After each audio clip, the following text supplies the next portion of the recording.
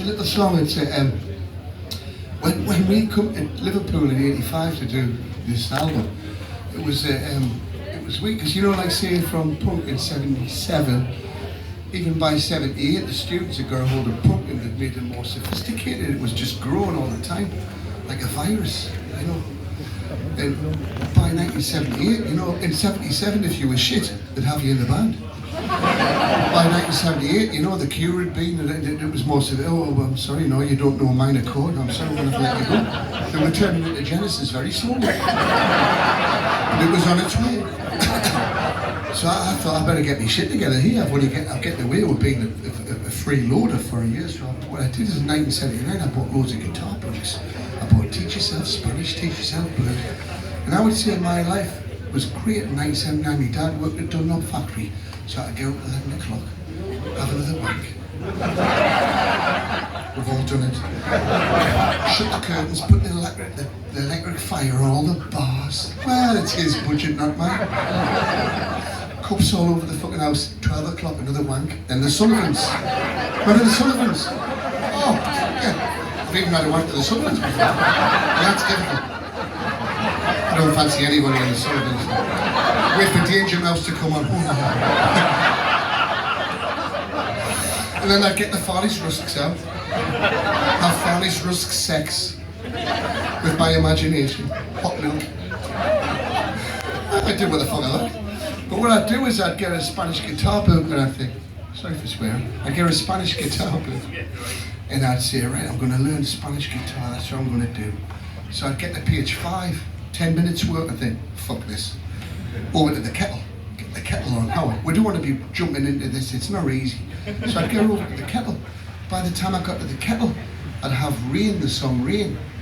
And I'd also get the Old Church, so I was giving up on the guitar. I'd get exercise 5. And then I'd say, right, I'm done with that. I've mastered that. In the bin. But I'd have like Rain in the Old Church. This is like 1980. And then I'd get let's do jazz now.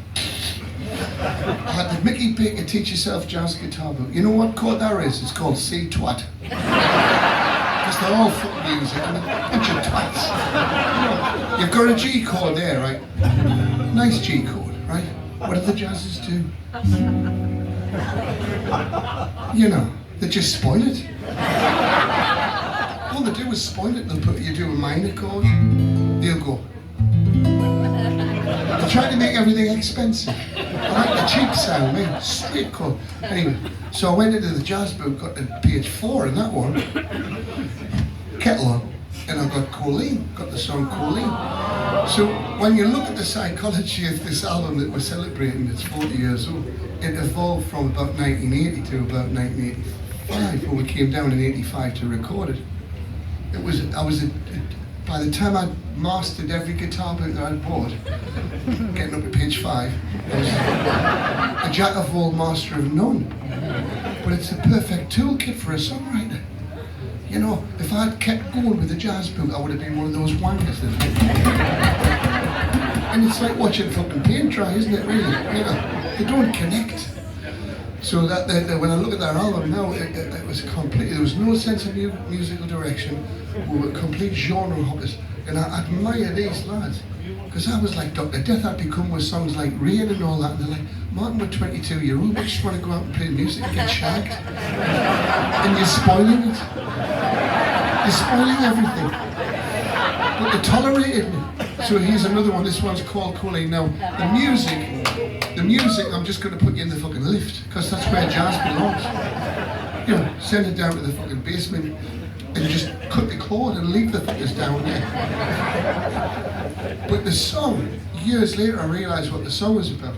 When I was about 10, my sister had a friend called Veronica, and they were about 13, and I fancied Veronica. So I used to follow them around. They'd turn around and say, fuck off, Martin, go and play with your Action Man. I haven't got one. Well, use my dress and just piss off. So I must have got resentful of being rejected, so everybody's got a cauldron of resentment. And I must have dropped a few. I've got a witch on working on mine, big witch, and she's putting the toads in there. Oh, the cauldron of resentment. He fucked me off, he's getting it. So I must have put them two in the cauldron of resentment. I didn't realise this a year later when I'd been sectioned. That's how I found out what my songs were about. I got section. Expert analysis, you see. So what it was about was, if the person, I'm saying Colleen the song, but I'm the narrator. And what I do is I turn my sister into a lesbian. I'm not anti-lesbian or homosexual at all, but I thought, well, how can I split these two fuckers up? So I turned them into a gay couple, and I got Colleen to Chucker. And then I'm the Machiavellian narrator, and I said, oh, you know, you wish you'd never wasted that girl. You haven't got a phone in the bag, and it's a sick, twisted, revenge song.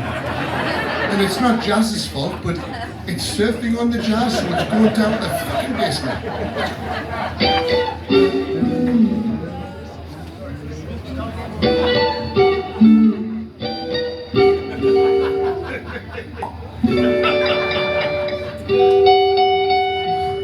That was page 22 now. Now you lost it, ain't no retrieving. There it goes a pal that was well worth keeping. And you're doing so much together. You even made love together.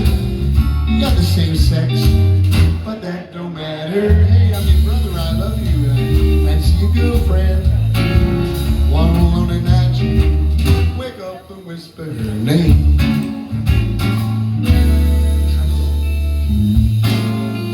Colleen, you'll never find a girl like her. Sweet as the mattress of blue. There'll never be anyone else like Colleen. And picture me, you're missing that girl.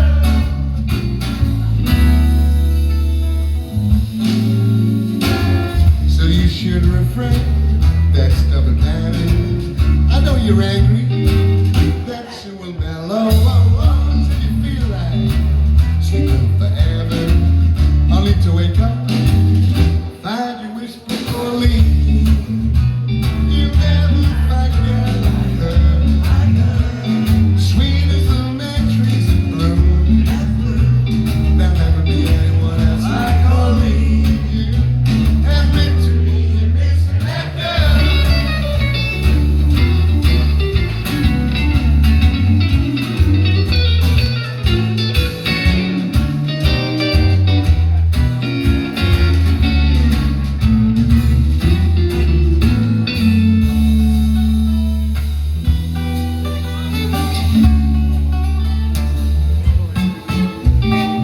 Looks like now it's Harvey back. Awesome teapot. Now you lost her. Ain't no retrieving. There goes a pal that was well with the key. It's Biryani drifting over me. Even though you wanted to, you won't go see her. You seem more stubborn than a man who carries his house on his foot. Even though you want to, you won't go see her. But even that old stubborn street of yours won't stop you whispering, Colleen.